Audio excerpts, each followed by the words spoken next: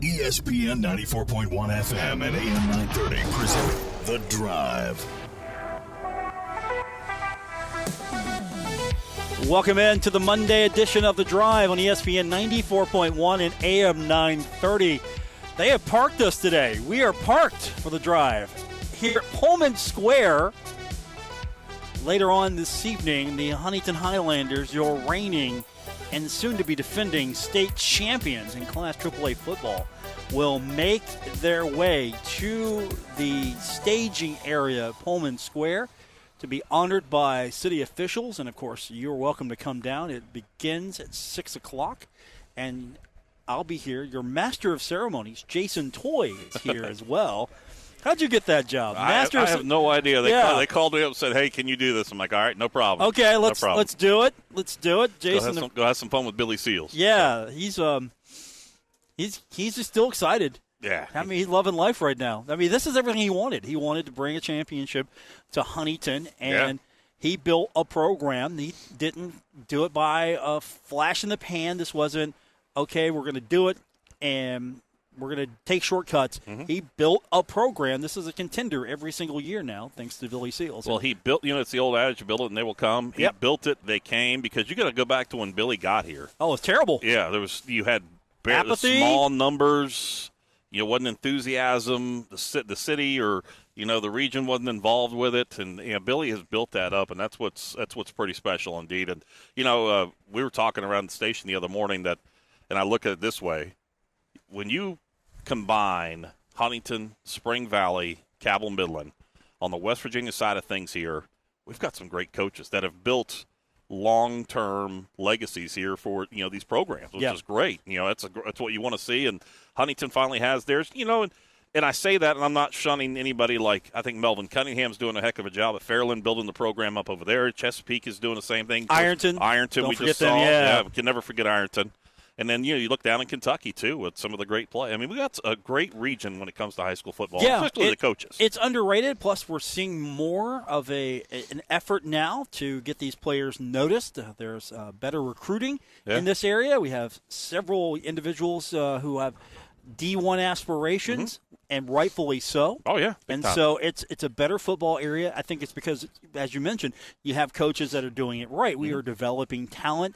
At the same time, all the coaches that we are involved with, they care about the kids. Oh, yeah. Yeah, this isn't some, real-life Friday Night Lights. This is a group of coaches that care about developing young men and building programs for the community. Yep. And imagine if we had Huntington, Spring Valley, and Cabell Midland just on the West Virginia side. If we had more of that talent together in one school, as some areas have. A mega school. Oh, a mega school.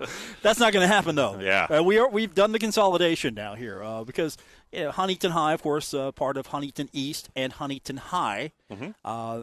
And basketball has always been very, very good for Huntington. Football, however, it's been a while for East and High, and you have numbers to highlight how long it's been. Yeah, you look at things on this, and we were crunching numbers earlier today. You go back, the old Huntington High School, the old Huntington High. Huntington High, Huntington the High. Pony Express. Pony Express. 8-time champions. Started back in 1909. I wasn't there. Last year, 1934. Wasn't there either.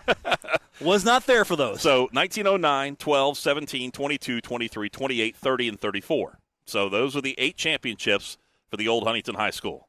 Dynasty, a dynasty back in the day. Yes, it was. That was so. And then you look at it, the last championship for a Huntington school, not counting Huntington Vincent back in the old days. I'm talking about just Huntington, in the city of Huntington. You're talking in Cabell County. Well, I'm talking the city of Huntington just right now. City of Huntington. Okay, city of Huntington. 88 years since the last championship. Football championship. Okay. Last football championship. In Cabell County, 69 years, because the last team to win in Cabell County was Barbersville in 1953. So you've got that. Now here's the other one. You got to add more state championship to it. When you look at it, Frederick Douglass, 75 years ago, they won their championship. 1947 was their last one that they won here. So had a lot of champion titles back in the early 1900s. Predating us. Predating all of us. I mean, Mike Coger might have been around for the last Woody one. Woodrum probably was around. He was watching from afar in Winfield. Yeah. So it was it was the old champions days when it comes to high school football here, but now, it's back. I mean, you look at the last handful of years and you look at Huntington High, been to the state title game. This was the third time they've been there. Third time. So second time as a run. They were two-time runner-up. Cabell Midland got there in 2020. And had a couple of runs there, too. They haven't pulled out theirs first one yet, but they've got talent. Yeah, they'll get theirs. Spring Valley, been there, starting to build that deal, too. So it's a great talent pool here. It's been great. Like I said, I praise the coaches. I think that what they have built, and you talked about building for the team, they've built it for the communities. And that's the thing. You look at it. I remember going to Huntington High games, and, back in the late night, after the consolidation. Right. You had everybody bickering back and forth about the St. Joe and Huntington East, Huntington High. Right, because there should have been Pony Express, but we won't relive those old wounds and scars. We won't bring that back up. So once all that was done, and you go back to looking in the 2000s here, you went to a Huntington High game. There was a lot less kids on the sideline, and there was not a lot of people in the stands. Yeah, because it was new. Yeah, there's no attachment from the community just yet, and the kids, it was new. And even that, I know Woody Woodrum will talk about this too. Is the fact that you go back and look when Billy got here, there wasn't a lot. I mean, there was not a lot of people turning out for games. There wasn't the amount of numbers that they had turning out for the team to come out and play. One of the largest schools, by the way, in the state. So I think what Billy has built has been the fact that he has built not only a program for the team, for the boys, because the numbers are up. You look at it, how many kids are out there now, how many kids are out there lifting weights. Now. Now, starting for next year. I mean, right now, yeah. But you will look at what he did for the community, or what they've done, this program has done for the community. You go to a game here the last couple of years, packed house there at Huntington High on the stands, which was great to see. And I know a lot of years folks were looking up there at Bob Stang Stadium and not seeing that place is filled in as it has been the last couple of years. So now it's an event. It's a Friday night event, because you've had people who have gone through now, and you have not that divide anymore. Mm-hmm. Yeah, even though the nickname should be still Pony Express, there's not that divide anymore. It's all the Huntington Highlanders now. It's the same thing when you look at it in Barbersville and Milton. Right. They still think it should be, the Pirates should still be the name of the Cabell Midland High School. Right. So. I get it. I understand. Spring Valley Battle should be still Buffalo. Should be. Right. Yeah. So you don't have that really anymore. It's become a community once again, and you have a tradition that is being built. You have a championship caliber team on a yearly basis now. And, of course, you should always support the kids, and you should support the program, win or lose, because, ultimately, it's for some of these kids, this will be the last time. Yeah. And for some, they're going to move on to college and have great careers. But for a lot of these kids, this will be the last time. For some of those kids, this might be the first and only championship that they win. So it's always great to support them and be a part of it. It's funny, the other day when Billy was at the studio, I asked him, I said, have you ever coached a first-round draft pick? And he said he got real excited, and the big old smile on his face. No, but I'm excited about this one. And, of course, talking about, with down in Tennessee, he says he's going to go down to the Orange Bowl this year and watch that final game down there. I think that's pretty cool. Now, this is a guy that has come in. He's won a championship now. He's got a kid that's going to be going on to the NFL. It could be in a first-round draft pick in the NFL. Could be. I mean, it's going to be awesome. Yeah. I mean, I think Billy's has done a heck of a job here with this program. And like I said, I go back and I'll go look at all three. Billy, Luke Salmons, and you look down at Brad Dingus down at Spring Valley. Our region is blessed with some great coaches. Let's just next championship do this inside. Next celebration. What were we thinking? Yeah. What were we thinking here? We could do it. You know what? What are we doing today at the arena? That's a staging area. No, next year we should all stage over there. I was going to say, I think they just got done doing the graduation over there. You know what? It's perfectly set up. Just leave the chairs and leave everything set up. Leave the podium there. Leave the podium, the screen. Just leave it there for an extra day. We could have concessions. We sold concessions for this thing today. Oh, well. Jason Toy is going to be the master of ceremonies. That means you have the huge responsibility to bring Steve Williams up on stage. That's a big responsibility. I'm looking forward to it. I mean, I think it's going to be fun. And we've already got some of the parents that's coming out here. It's going to be a packed place here tonight. And it's not a huge, long event. So if you're coming out here, it is chilly. It is a little cold out here, but we're going to be in and out of here. We'll be done here by 6:30, 6:40 at the latest, which is going to be great. Get here early. Yeah. Get here early, and then you'll be here for 30 minutes. Well, and they've already closed down 3rd Avenue. Right. So that's already closed down, so they'll be bringing the band down here and all that too. So we're looking forward to seeing them march in here. We're here today at Pullman Square. It's quiet now, but in about 45 minutes it's going to be a lot louder. We will continue with this edition of The Drive on ESPN 94.1 and AM 930. This is The Drive with Paul Swann on ESPN 94.1 FM and AM 930. Welcome back to The Drive on ESPN 94.1 and AM 930. I'm your host, Paul Swann. We're here until 6 o'clock at Pullman Square. The Huntington Highlanders, the state champions, the reigning defending Class AAA champs, will be here soon, as they're going to be honored today. We're here at Pullman Square because this is where you publicly bring people to talk about Sunday football. This is where you bring them. When you want to talk Sunday football, you want to talk Bengals, Browns, you bring all of that to the town square to air it out. Woody Woodrum, well-known Browns fan, here today with me. How about that? You know, the streak is broken. Joe Burrow got that monkey off his back. Finally, yes. Yeah. After 4 straight. I mean, beating Patrick Mahomes 3 times straight wasn't enough. You had to beat the Browns one time. One time. And Paul, I will say this honestly. Whenever you go and see the Bengals in the past, say before 2 years ago, you would always see a ton of Browns fans there. A ton of people in the orange and brown instead of the orange and black. Uh-huh. And you watched that crowd the other night, and in every section, hey, there's a Browns fan here, there's a Browns fan there. There's maybe 2 in the end zone together.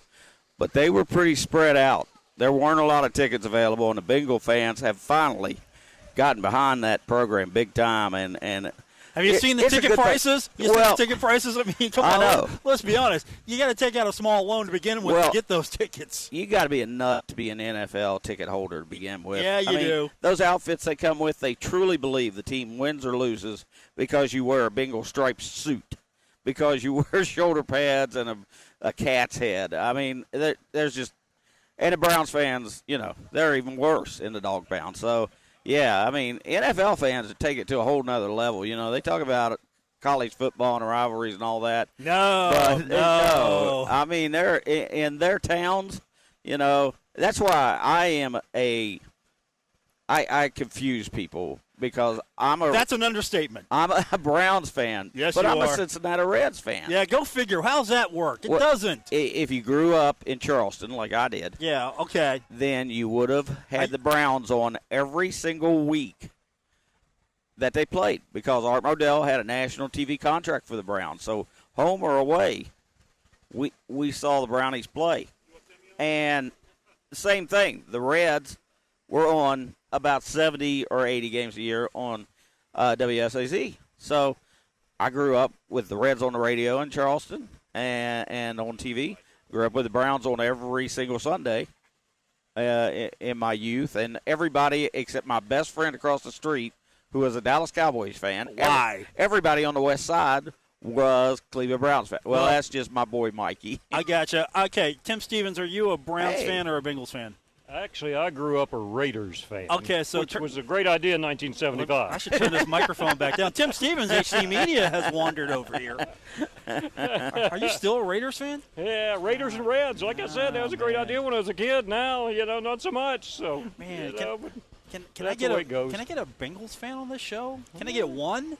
Well, sure. Where's the city's communications director? Chambers. I know Chambers is a Bengals fan. Bengals were my kind of second team. Oh, your second team. Yeah. By the way, has anyone checked on the columnist? Is Mr. Landon doing okay? I mean, the Browns lost yesterday. Is he doing okay?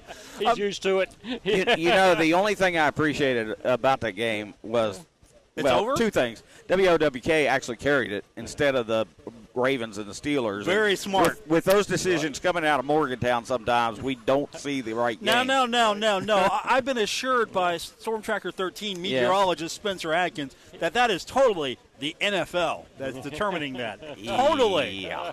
Well, we'll let that story go. Yeah, but that meant that I got to stay at home, and so my son and his buddy Xavier came over and got all the Christmas stuff down. Oh. Now, it is a 3-day event.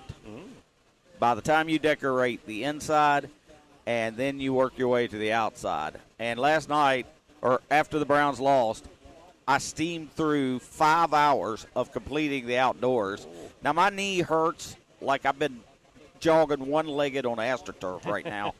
But I worked through it and got it all up, and I was so happy. And so it did work that way. It inspired me to work hard. Well, I'm glad that the Bengals could do that for you. Yes, they did. So we're here today not only to publicly humiliate Woody for the Bengals beating the Browns. No, we're not here for that. Tim Stevens is here. So there's something happening today here, Tim? What are you doing here today? I just came down for dinner. I heard you were buying. That's what Woody told me anyway. Have you met my boss? And let me show you my paycheck one time. And then you'll be paying for my dinner. Have you met my boss? Yeah. Look, you guys should be getting all those raises now that you guys have freed up a lot of that Grant trailer money. That was big bucks, too, right. man, I tell you. Right. That was you guys are splitting that up evenly between you and Creasy, right, like Lou Creasy? Yeah, that was like a Justin Verlander contract Grant had. Right.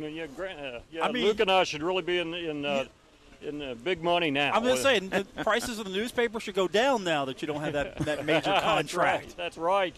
Absolutely so. But, all the women are going to buy it now that Grant's gone. I don't know. We'll see.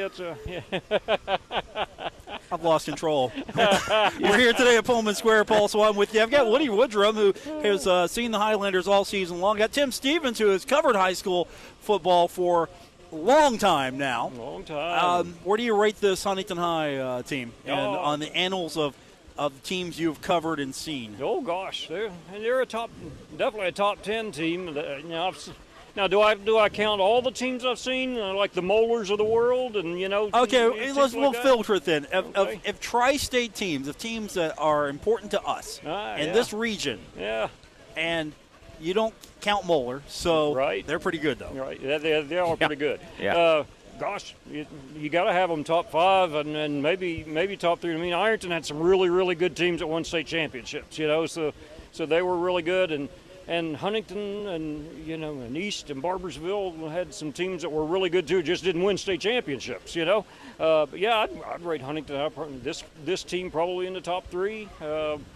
Ironton in '89 was awfully good, and they've had a couple of teams since, but this one will be right there with them. I think if you put them on the field, it'd be a toss-up. But Ironton in '89 didn't win the championship. Nah, but not 99. That's right. Yeah. Okay. Yeah. Right. It was '99, right? Yeah. Okay. It's because they won in '79 and.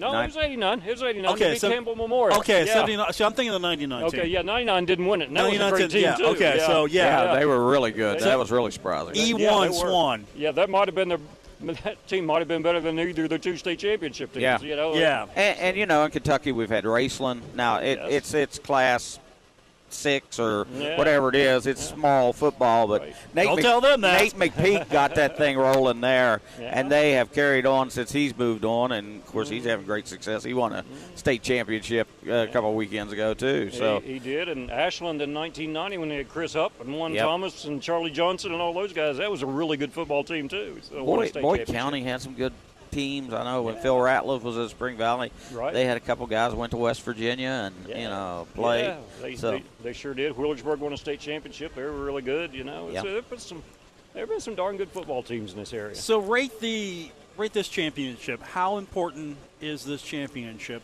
to Huntington? Not just the school, but how important is this championship? I think it's enormous because all you ever hear is Martinsburg, Martinsburg, Martinsburg.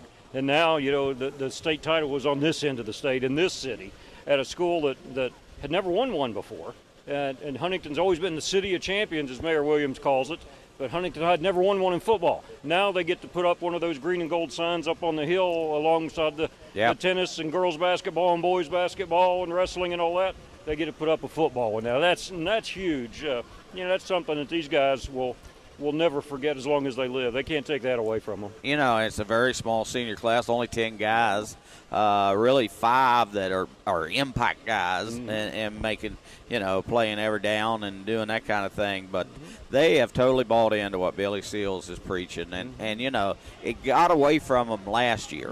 And they had a bad 5 minutes at the end of the second quarter, and the game was all over because Martinsburg is that good. If they can get rolling, it looks like the basketball team, the Herd, in their last 2 games.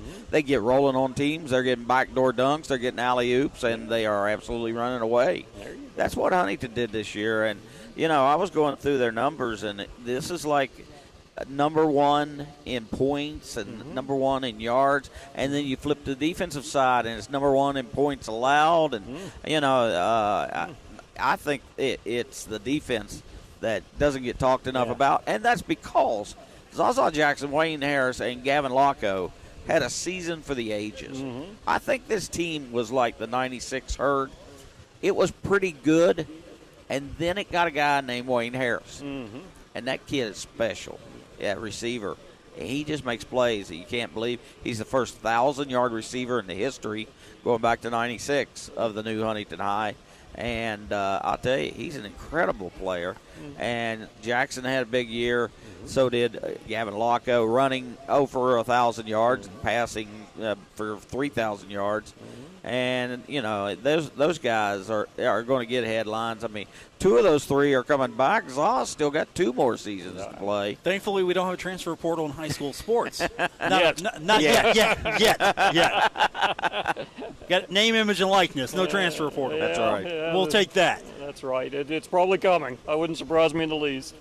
But Woody made a great point with Harris. And you look at the championship game, and he's known as a receiver, but on Parkersburg South's first drive, Harris picks off a pass, and that just kind of set the tone. It really did. They had him down for 12. When I looked at the tape, I came up with 13 tackles he was in on. Wow. And he had the fumble recovery, and he had an interception. Right. Yeah, he caught some balls. It wasn't anything that probably coaches that were looking at it went, wait a minute, where's the specialness of this guy? But that was a tough game, and again, defense took a team that was averaging 60 points a game in the postseason after averaging 49 points in the regular season. They got 3. And, I mean, they hurt themselves, sure. Penalties, it was incredible. I can't remember many teams that I've seen that have had that rut of penalties that they can't seem to stop doing. Oh, it was incredible. And they did it all year. They did. They did it all year and still won. Oh, you can't do that in a state championship game. No. The Friday before, Huntington wins it on Saturday. The Friday before, covered Ironton against South Range. Ironton had 92 yards in penalties, and I'm thinking, gee, Manee, that's going to kill them. That's going to come get them. Yeah, that's killer. Now come down on Friday or on Saturday and cover Parkersburg South, and they have 135 yards in penalties. Yeah, that's just astounding. You can't do that and win a state championship. No, and it was some bad penalties too. It wasn't just like it was offsides and. No, they had personal fouls and all sorts of things. Huntington had been there. I mean, sure, it was last year, but Huntington had gotten to the point where this was not, okay, we're here. Yeah, sure. Now let's finish. Yeah, that program has won before. But those kids, this was a new situation for those kids, whereas this Huntington High team went up there. A little bit different mindset now. Now you've been there. Now you got a different mindset about it. It's not bright lights. It's not big stage. It's this is the team in front of us. We got to take them out to get this championship. And I was stunned to hear that Parkersburg South waited till the morning of the game and came up. Yes. I mean, who does that? No. Who doesn't want to be on the field or be in the town? Coach said they thought they would avoid all the hoopla and everything. That might be the only time they ever get there. You never know if you're getting back. Right. Anything can happen in an off season, and for them to just bust in, play, and go home, that has to be kind of hollow. So I think that was a huge mistake by the coach. And I mean, I like getting there. We remember the UCF coach that decided to stay in Charleston, where the Laidley Field was a little flatter than the old Joan used to be. And they threw the balls over the head of their receivers all Nobody day. knows about that. Yeah. Nobody knows about Well, that I crown. mean, the crown. Yeah. Nobody knows about that. And Tim, that's no, you didn't write about that, did you? Knows about what? No, exactly. You were there. Jim Donnan loved it. He liked to run downhill. Yes, he did. We're here today at Pullman Square. I've got a couple of very cold individuals with me. Tim Stevens from HD Media. No Luke Creasy? No Luke today, huh? Yeah, Creasy, he's around here doing something. Okay. He'll find something to do. All I'm right, sure, we'll get him bowl down game here. Or something, Woody Woodrum's here as well. We'll continue with this edition of The Drive on ESPN 94.1 and AM 930.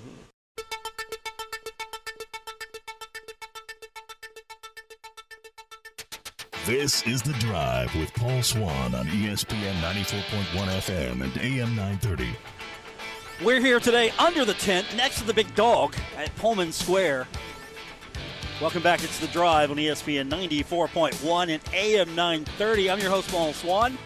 I have appropriated Tim Stevens from HD Media. He's here. I have Woody Woodrum. He just helped himself. He's here. Jason Torrey said be here. I said when. You listen to that guy? Yeah. You always listen to that guy? Well, I mean, I didn't know what to do, so I just showed up, and he said go here, and I was just like, go okay. here. I thought maybe I had to walk down with the team or something. Yeah. I was really not looking forward to that. So we're here today at Pullman Square, and by the way, number 20's mom is here. She just brought me a beverage. Mrs. Miller? Landon Miller's mom is here. Yeah. She's the mother of a state champion now. And also With her- the leader on the team this year in special teams tackles. Yeah.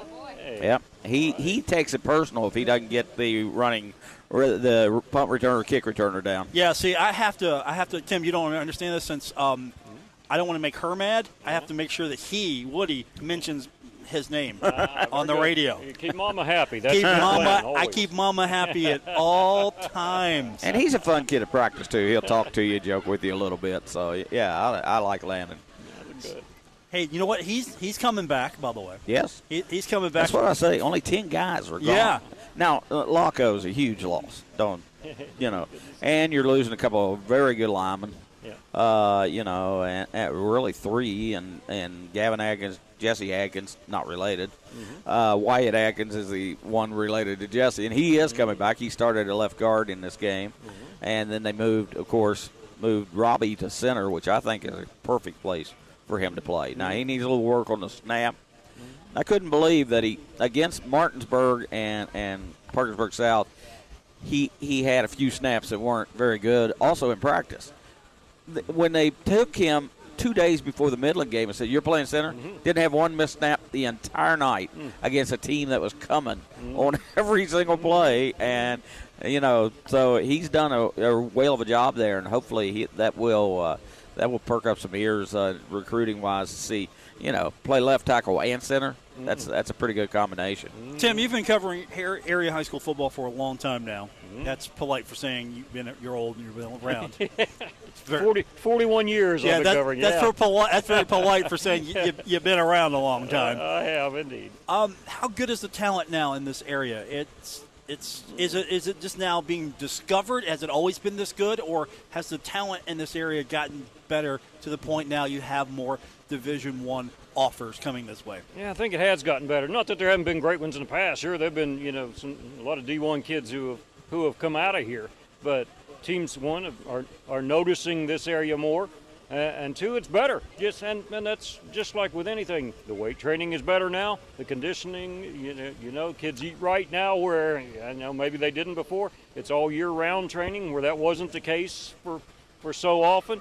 And now kids here are just a lot better. But it's just astonishing still to see the number of athletes who have signed to play in college around here. If every Tuesday I write my prep notebook column, and it's full of recruiting news. If you took that 30 years ago when I did it, there would be 2 inches. Now it's 6, 8, 10 inches of just recruiting news. Yeah, Gavin Atkins just got an offer from Thomas More College, and he's very excited about that. That's where Billy Lyon worked a couple of years after he came out of the NFL down in Kentucky. And I can't believe that. And it's odd, Paul, that I think what Steve has done here in Huntington and what the Cabell County Commissioners have done in the county at large, they've certainly made it a better place to come to, better place to live in, And we've got warts, just like any size town this size has.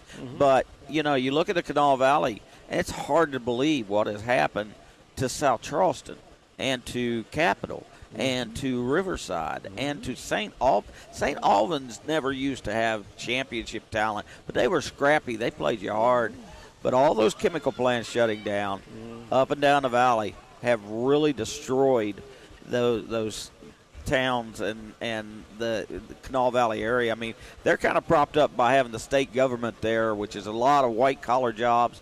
I don't know that that's really bringing in talent in kids. You hope it is, but, a lot of your kids got to be lunch bucket kids and kids that parents work hard and make things happen. And I tell you, I think Billy Seals fights that uphill a little more than maybe Spring Valley and Midland, even Hurricane does, because it is the inner city, and there are one-parent family and no-parent families and grandmothers and aunts raising kids and doing that stuff. And I think one of the things I saw all season long was how underestimated I thought Huntington was out there in the social media. I mean, as soon as they wallop Jefferson, well, they're going to go down to Martinsburg. There's no way they can play with it. Well, because Martinsburg has built up that mystique.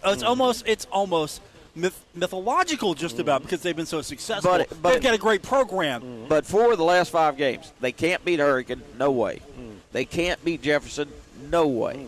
They can't beat Martinsburg, not in a million years. Well, now they're not going to beat Parkersburg South, and they give them 3 points. I think the kids feed on that a little bit. Billy Billy said that because remember one of the reporters covering South said that Parkersburg South got too many weapons for the Highlanders. Too many weapons. That was the key phrase all week long. Too many weapons.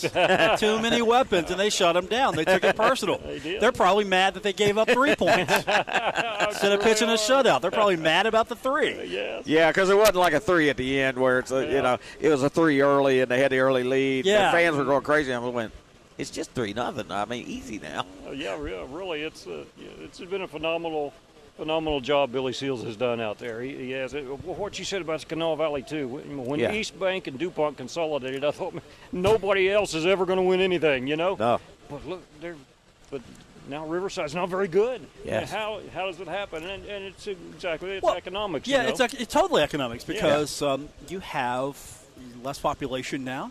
Kids are moving away. Families and parents are moving away. I mean, you think, Spring Valley, Wayne County, it's pretty solid there. I mean, it's not depleted. You don't see a mass exodus. So in certain pockets, and of course, you have consolidation that helped, and you have really tight knit communities. So why is Ironton so successful even at its size? Because it's a tight knit community. And so Huntington has become, from the football side, a little bit more tight knit. And one of the other things is, like Beckley, okay, they've been down and it was hard to figure because they've always got athletes. They're always good in other sports, but they just couldn't win in football for 10 years. You know what, though? They moved WVU Tech there, and I guarantee you, with college comes young people and professors and people like you see out in Spring Valley area, living here in Huntington, living out toward Barbersville, Milton. I mean, it's somewhere people want to be, and I think that kind of economic engine helps you to attract other people, other jobs. Now you've got the engineering school right there in the middle of whatever is going on with mining and gas drilling and all that. So it's a perfect handshake, and I think Beckley's going to profit from that.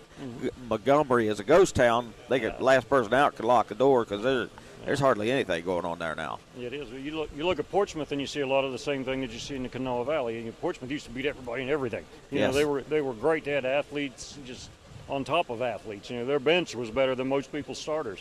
But the economic blight that's kind of hit down there in Sauter County too, and at least in the Portsmouth part of Sauter County, people are moving out to the suburbs and such, and that's really hurt Portsmouth High, and which is a lot of what's going on with Capital and Riverside and some of those schools up in the valley. God bless Carl Lee and Mark Mason and those other coaches up there because they're trying to figure out how they can get some kids out. And then you have the terrible the death of the youngster up there. I mean, 3 blocks from where I lived.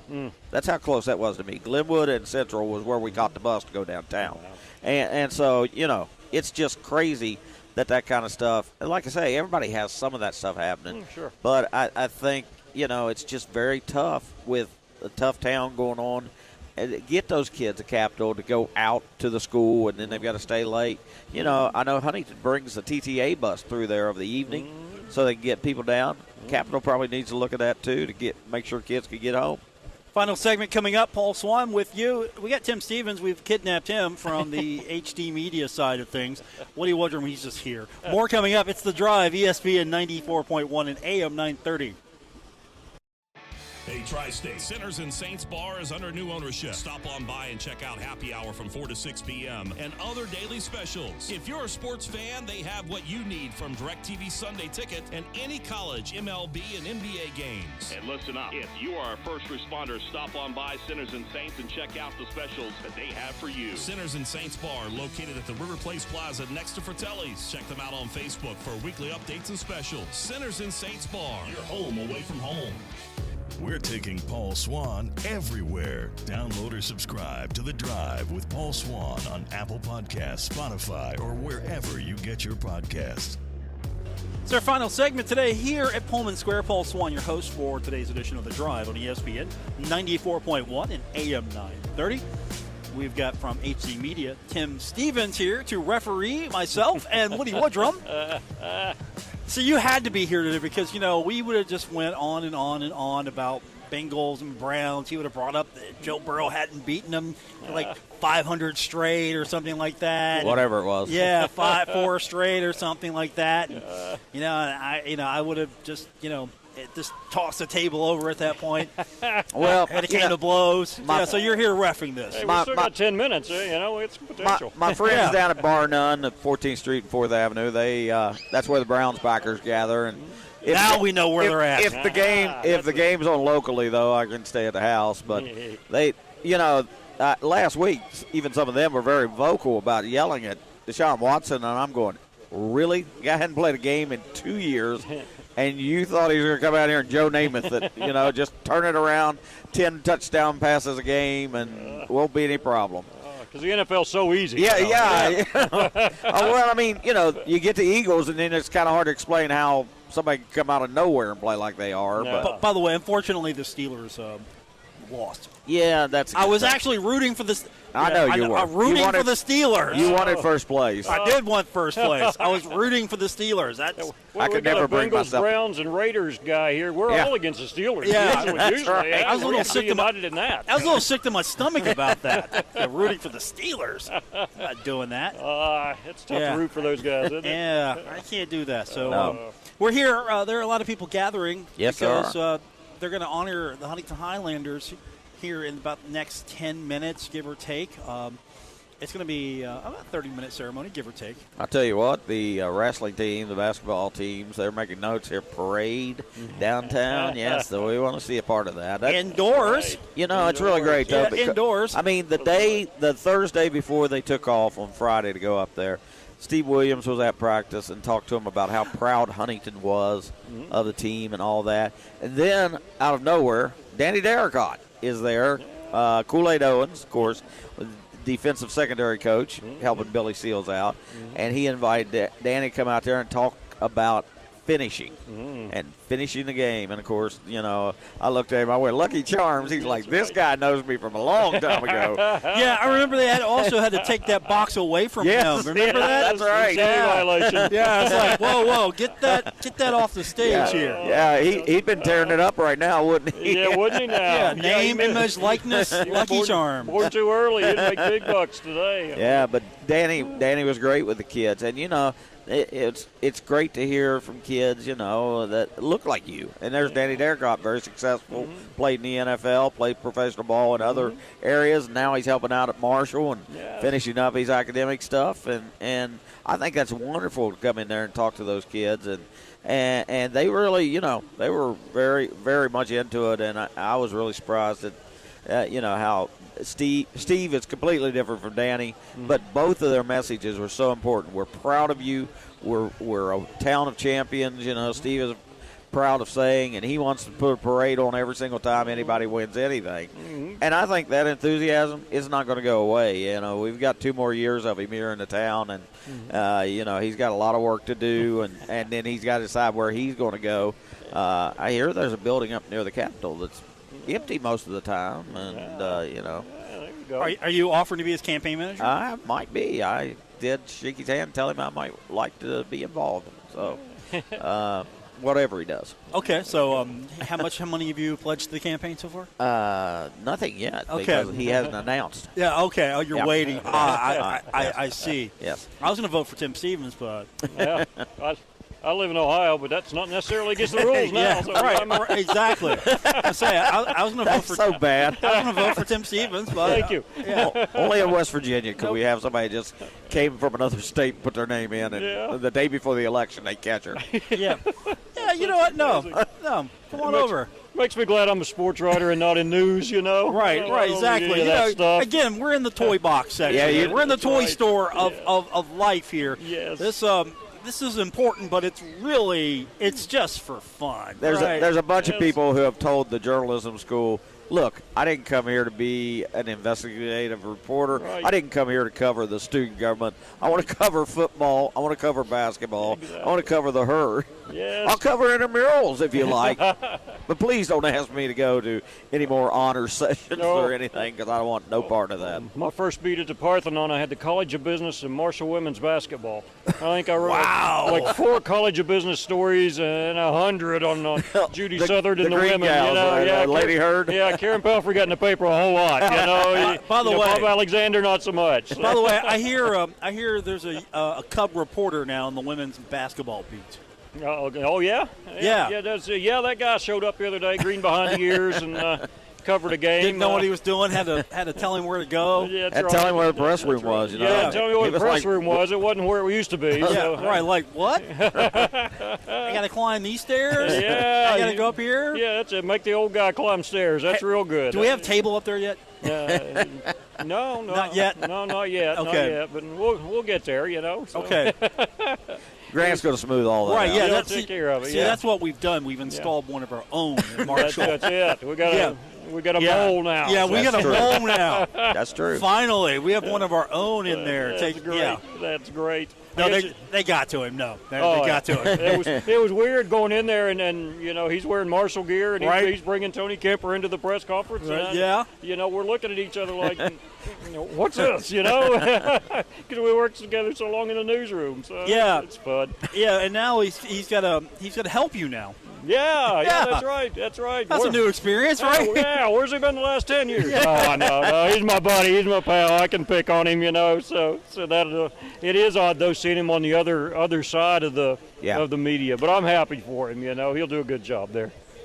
Our friend from HD Media, Tim Stevens, is with us here. And the next few minutes, very important dignitaries are going to take the stage to welcome on the Huntington Highlander football team. And it's been a long time coming to have a state champion in football be recognized. It's almost commonplace for basketball. Yeah. But football now, this is hopefully not just a once-in-a-lifetime event. Maybe this will be more of an occurrence than we've seen. Tim, which has been the best sport up there? Now, you know, throwing out the OJ and all that. Is it boys basketball? Is it girls basketball? Is it wrestling? Or is it tennis, boys and girls? Oh, gosh, they've been so dominant in all of it. Yeah, you John know? Mercer's had a lot to do with that, but they have been pretty good up Yes, there. they sure have. Man, that's hard to pick. One. And, That the really archers is. on wrestling, I mean, Right. you know, got the wrestling tournament here in Huntington, and have kept it by all accounts. People think it's done great, and that no one wants to move it. No. You don't hear any complaints about having to come to Huntington, and that's really special. You know, I guess Wheeling does a great job. I haven't been up there yet, No. but you know, That's it's a kind of small-time facility, you know. And It is, especially coming from Canton on Friday and then going to Wheeling on Saturday. How night and day is that? Oh, my gosh. I mean, you got an NFL stadium. I mean, literally an Yeah. NFL You got stadium. an Let the NFL whole stadium game Skyboxes be. and everything, to yeah. Wheeling Island Stadium. Yes, which is. What a travesty. Oh, gosh. And, you know, and fine folks in Wheeling, but, boy, that's not a great facility. And I mean, know? I'm watching Kentucky down at UK. Yeah. Yeah. We have a couple of universities in this state. Yeah, it sure looked good here, wasn't it? Yeah. All right, gentlemen, we are out of time, but the fun continues here at Pullman Square as the Huntington Highlander football team is going to be brought on stage here in just a few moments to be honored for winning the Class AAA state championship. Thank you to Tim Stevens, HD Media, hanging out here. Thank you to Woody Woodrum, my friend and pal. See you. I'll see you soon. I'll see you soon. Oh, yeah. I'll see everyone else. Well, I'll talk to everyone else tomorrow. This is radio still. Here on ESPN 94.1 and AM 930.